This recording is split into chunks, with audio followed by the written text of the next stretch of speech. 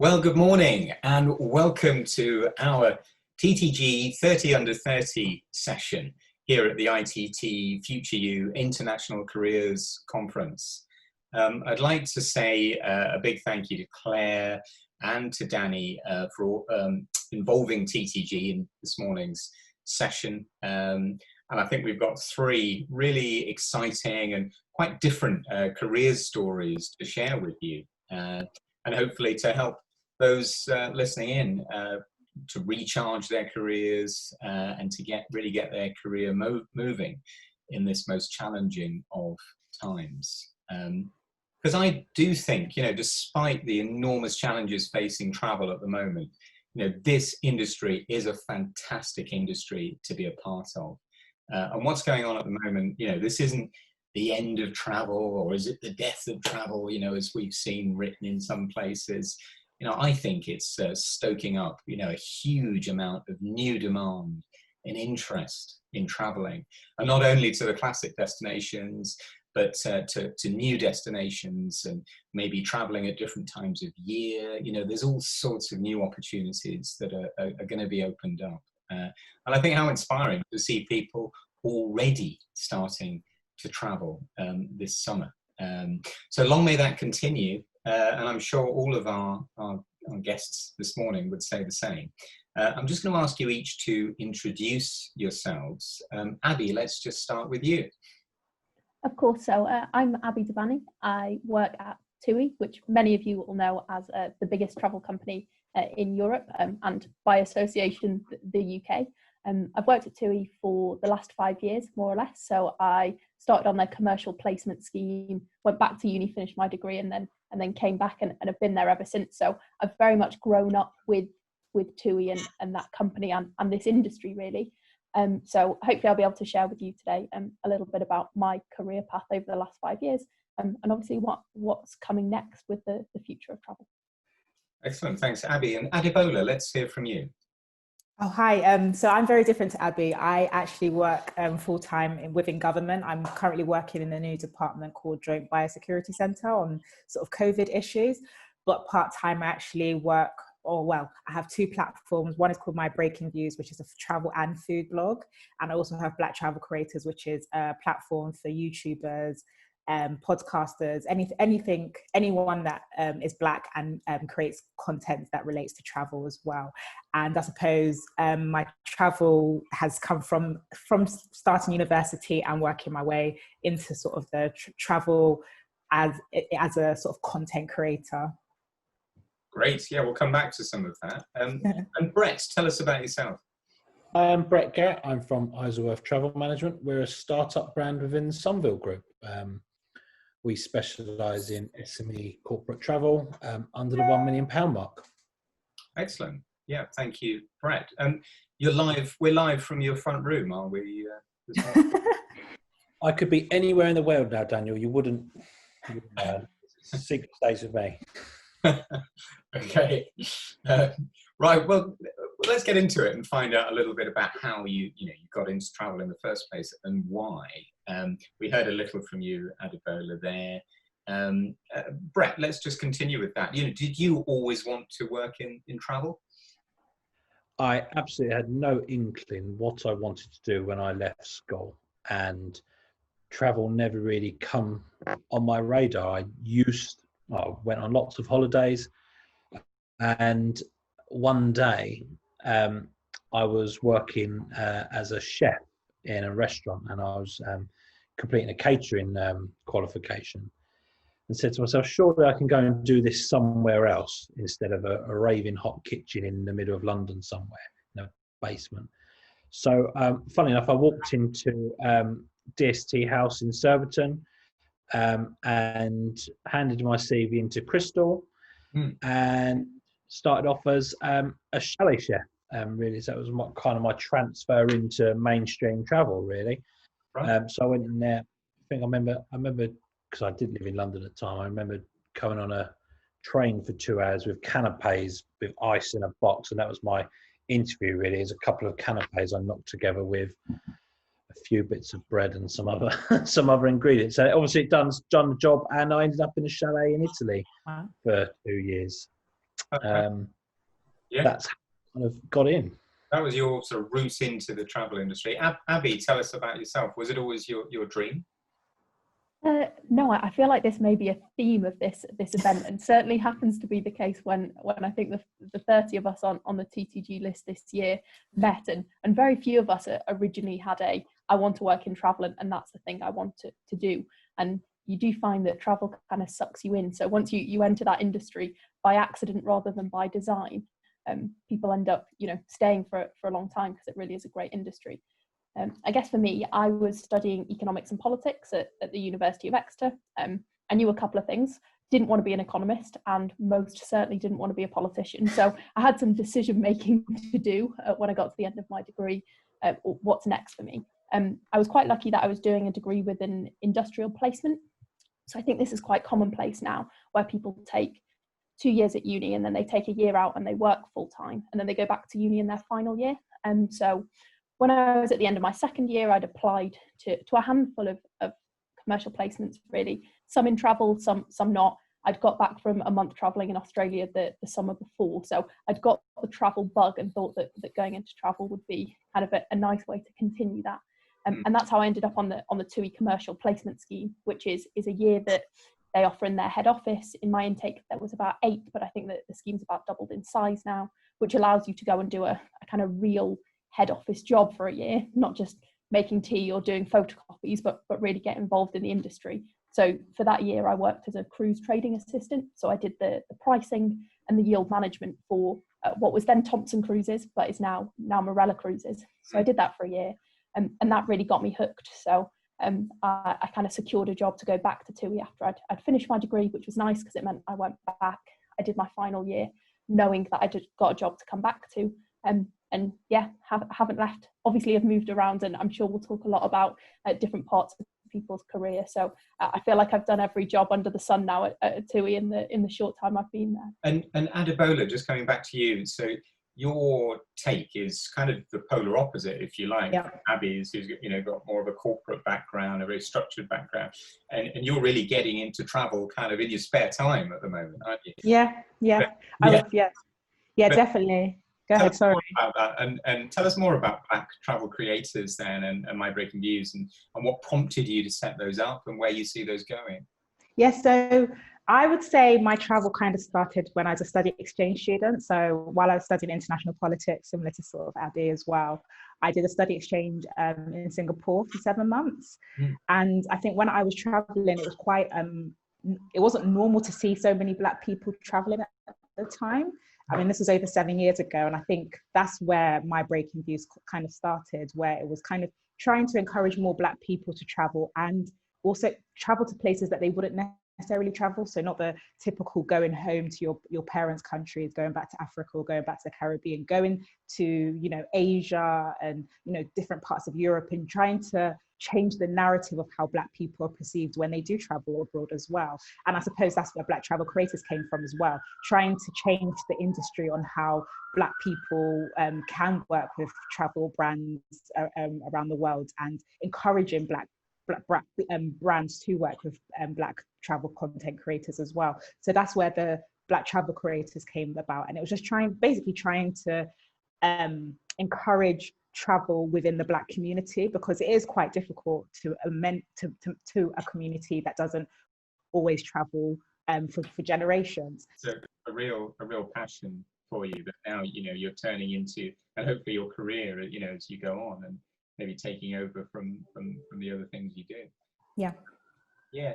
Brett, I know we've sort of really heard most of Abi and Adebola's career stories. I think with you, we're still in the chalet, or cooking up at the chalets in Italy. Tell us a little bit about how your career developed from there.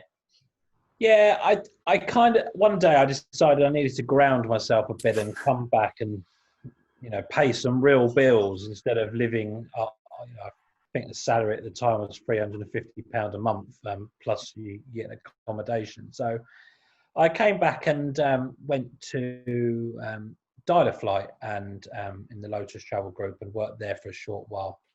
I then went back to Crystal and done some bits on the phone, moved to Thomas Cook and done some yield aviation revenue management stuff. that's all they had at the time, and I wanted to get into that. And I think it was then when I kind of started to pick up and absorb and sponge a little bit and take information that I really needed to get to me where I am now, to be honest. I've gone via Flight Centre, I've gone via the HRG and American Express, and now I'm here running my own SME travel management business. You know, we're part of the Sunvil group. It's lovely. It's all nice little close-knit family. Yeah.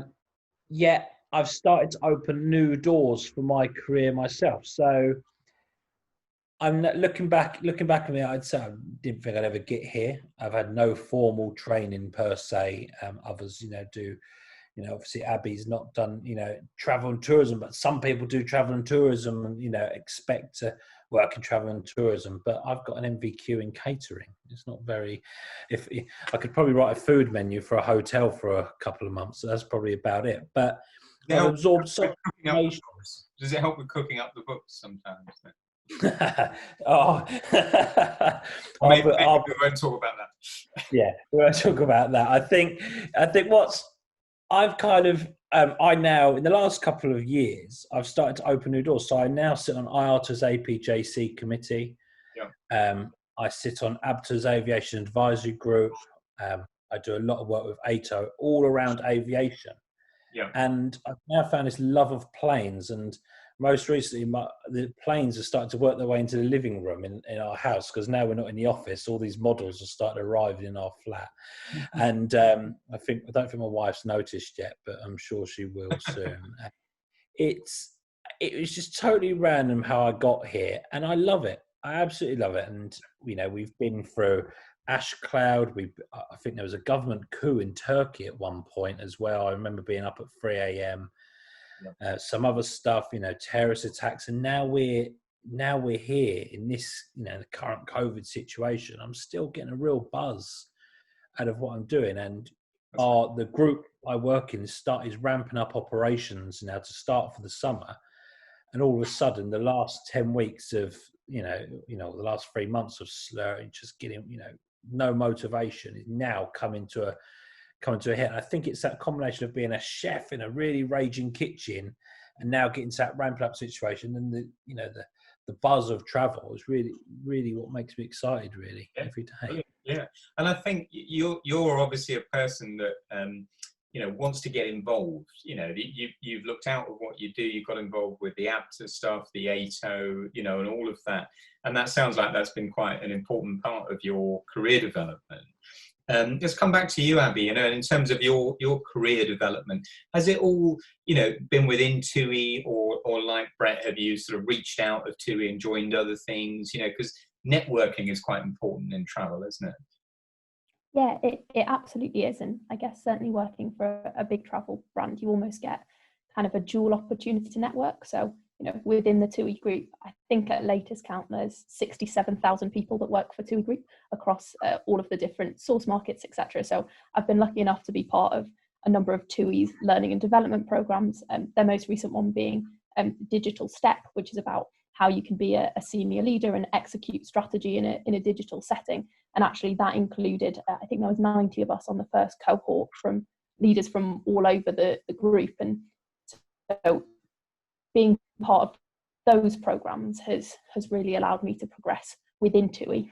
I guess outside of that, you also have a number of opportunities, and clearly this TTG 30 under 30 is a great one of those, but we won't keep all mentioning that, because otherwise it will sound like we're all reading from the same hymn sheet, as it were. But I think for me, most of the stuff that I do outside of TUI is really related to the passion that I have for the industry and for exploration in particular. So TUI is known for its traditional package holidays and its kind of beach fly and flop, I think is the affectionate term for it, whereas my interest lies squarely in kind of expedition and adventure travel. So a lot of the kind of development that I have is around actually how can I get involved in those industries, which is where my particular passion in travel lies.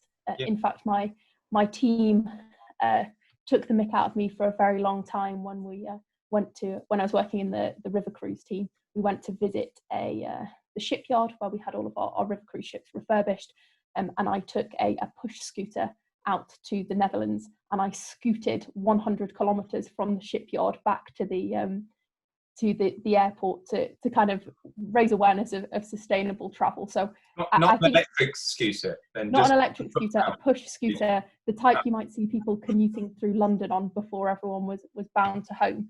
So I think sometimes it's about not taking the traditional route. I think it's really interesting, and Adebola and I have spoken about it before, is you kind of say, you might see a really traditional career path versus one that's far more entrepreneurial, but actually it's a real blend of both, and there's opportunities to do things outside of perhaps the ordinary, even when you work for a big travel brand.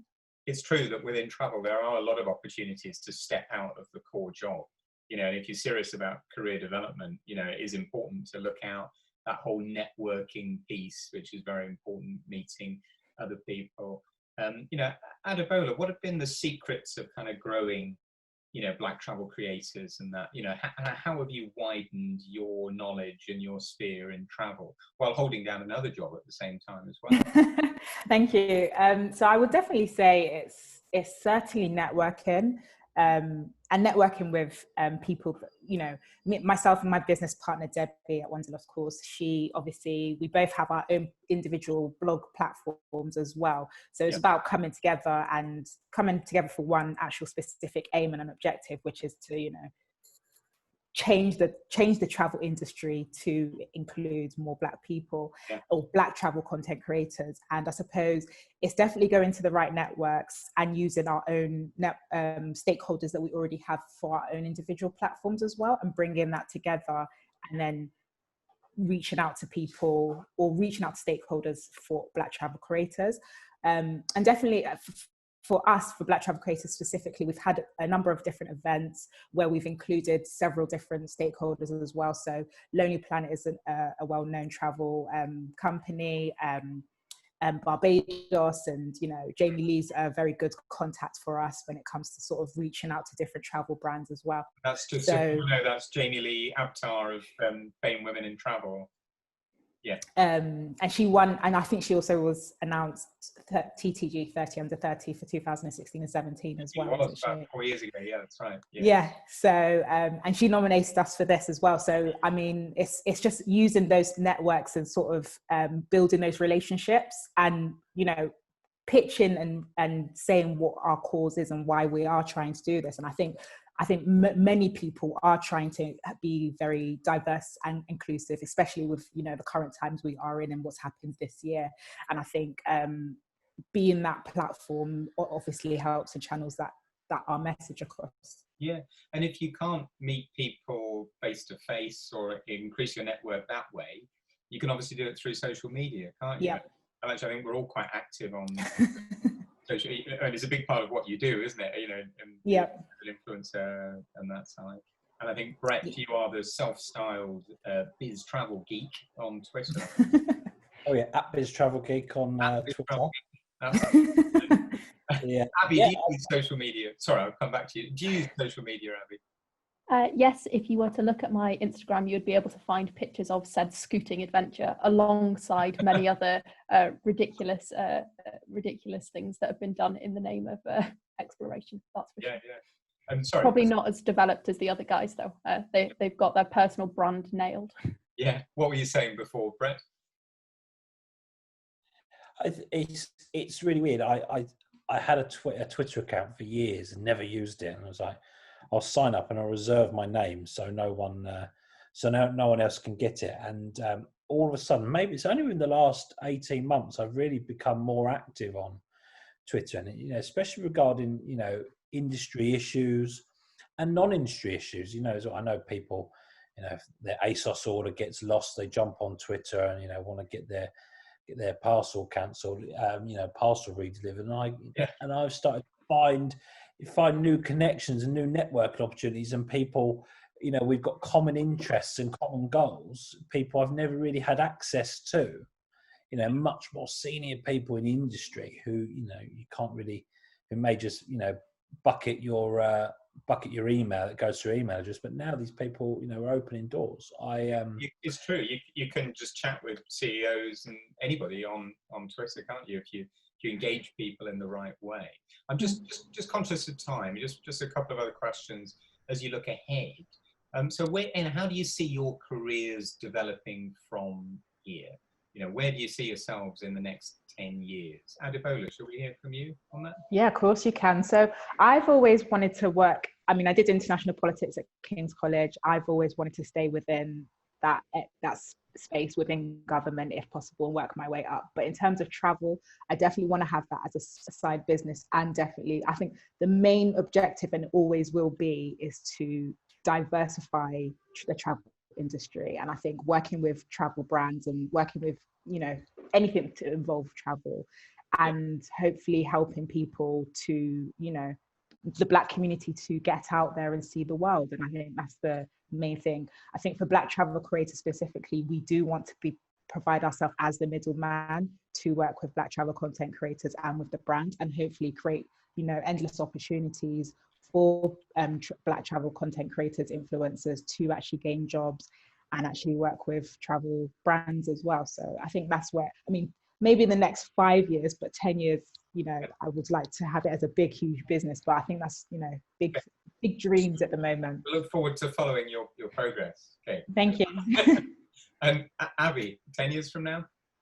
Yeah, I think, as you say, predicting 10 weeks into the future is quite challenging given the current times in the holiday industry. But I think if we've learned anything from this period and for all the challenges we've had before, is speaking to people now, what do they just really want? They want a break, they want a holiday. And I think that for us and for all of the people involved in the travel industry is a sign of how important the jobs are that we do. And they really are saying, do you know what, have a break for that 1 week, 2 weeks. 2 months, a year that you take out and time for yourself, which people have really missed. So for me, that's really kind of stoked my motivation to continue progressing with this industry, to be a leader within this industry in 10 years to come. And hopefully, if we've got some kind of budding travel industry entrants watching, hopefully I'll be working for one of them in 10 months, hey? And then we will have done our job in inspiring the future of travel, which I think was the brief from you, Daniel. Yeah, that's good and inspirational. You want to keep on selling dreams, basically. There you go. Pretty good goal to have. And Brett, 10 years from now? Yeah, I'd like to see my business turn into a consultancy as well. You know, a trade-facing consultancy. There's so many aspects that, you know, I get involved with, and, you know, people ask my advice, and I want to be able to help them. And if, you know, it could, maybe we're helping other businesses, you know, work out the best ways out of solutions, like in the situations we're in at the moment with COVID. And while we talk about COVID, there's, you know, sustainability in travel. You know, it's still a big focus, and I think that's going to be, you know, that's going to be one big thing that businesses are going to have to jump on very quickly once travelers and businesses have got their appetites back to travel, because all of a sudden COVID had been done, that box would have been ticked. It would be like, right, sustainability, where do we go from here? Yeah, I think it's really essential that travel businesses have it at their heart going forward, because those that don't, you know, are not going to be around for too much longer. Sustainability has to be at the heart of what we're all doing going forward, you know, and ourselves included as a media business. But yeah, those are great thoughts, and I'll be in trouble if I let this run on much longer. But I'm just going to ask you each one question to finish. You know, if you could jet off somewhere tomorrow, you know, maybe to your ideal destination, where would you head for? Abi? Oh, this is a little bit of a rogue one, but top of my bucket list is Antarctica. It might take me a little bit of time to save up. And I'm aware it's the only continent without COVID, so I wouldn't want to be going tomorrow. I'd want to be making sure we were in a safer space for international travel. But as soon as that's available, I think there's so much untapped potential with tourism in the Antarctic, and I'd really like to be at the front of that. Brett? I want to go to Niue, right down off the coast of New Zealand. My phone won't work. They've not got very much Wi-Fi, and I think they've still got GSM, the times before 3G. So absolutely time to break away and get some nice weather. That's a really great idea. Yeah, good one. And Adebola? I would have to say Cambodia. They do amazing curries, and I've started tasting foods from different parts of the world to embrace my travel experience. So I think, that would be great. Yeah, that's a great driver for tourism in future as well. Good. Okay. Well, at that point, then I'd just like to thank you all for joining this session. Hopefully we've offered up a little bit of inspiration for those looking to develop their careers. And I think certainly I'm going to keep watching your careers closely alongside the other members of the TTG 30 Under 30. And I would encourage today's audience to follow our speakers too. So thank you very much. Thank you. Thank you. Thanks, Dan. Bye now.